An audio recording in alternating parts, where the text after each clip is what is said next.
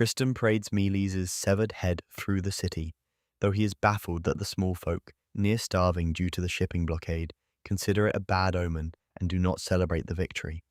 Aegon has survived but is comatose and severely wounded, while Sunfyre is not expected to survive. Criston withholds telling Alicent what part Aemond played in the battle. Alicent nominates herself as regent, citing her experience, but the council instead elect Aemond, primarily due to his sex, saying that the choice demonstrates strength. Aemond orders the city gates shut just as masses of citizens, including blacksmith Hugh Hammer and his family, attempt to flee. Later, Helaena confronts Aemond in front of the Iron Throne, asking if it was worth the price. Alicent sits at Aegon's bedside but leaves just before he awakens and weakly calls out to her. Daemon dreams of incest with his mother, who calls him her favorite son. He participates in the castle's restoration and demands to be called king. He tells Alice that he intends to claim the Iron Throne with Rhaenyra by his side once the war is won.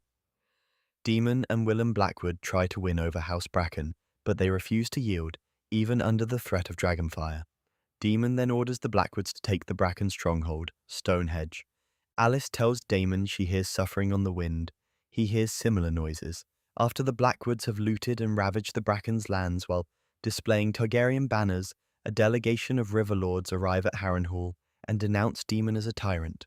Lady Jeyne Arryn is displeased at not receiving an adult dragon to protect the Vale in exchange for sheltering Rhaenyra's youngest sons.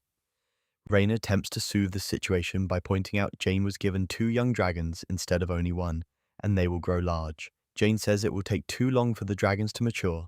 Rhaenyra is also frustrated by not having her own dragon and being kept away from the war. Without Rhaenyra's consent, Jace meets Lord Forrest Frey and his wife, Lady Sabitha, who control the River Trident crossing between the north and the south. Promising them lordship over Harrenhal, Jace obtains their allegiance to enable the northern troops to march south. Rhaenyra sends Baelor to ask Corlys to be her hand. Baelor delivers him the sigil, but mourning Rhaenys, he initially refuses. Baelor convinces him to accept. In turn, he wants to make her his heir, though she refuses, saying that she is a Targaryen and Driftmark needs a Velaryon.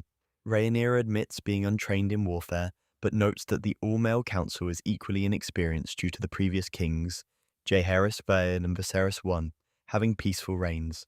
On Mysaria's advice, Rhaenyra sends her maid, Alinda Massey, to King's Landing as a spy. She also dispatches council member Sir Alfred Broome to Harrenhal to confer with Daemon. Though initially frustrated by his disobedience, Rhaenyra praises Jace for his success at the twins. They discuss that their only hope against Vhagar are Dragonstone's large dragons, Vermithor and Silverwing, both without riders. Jace suggests potential dragon riders may be found in other noble houses due to earlier Targaryens marrying into them. Rhaenyra worries the Valyrian bloodline may have become too thin over many generations, but they decide to search Dragonstone's genealogical records.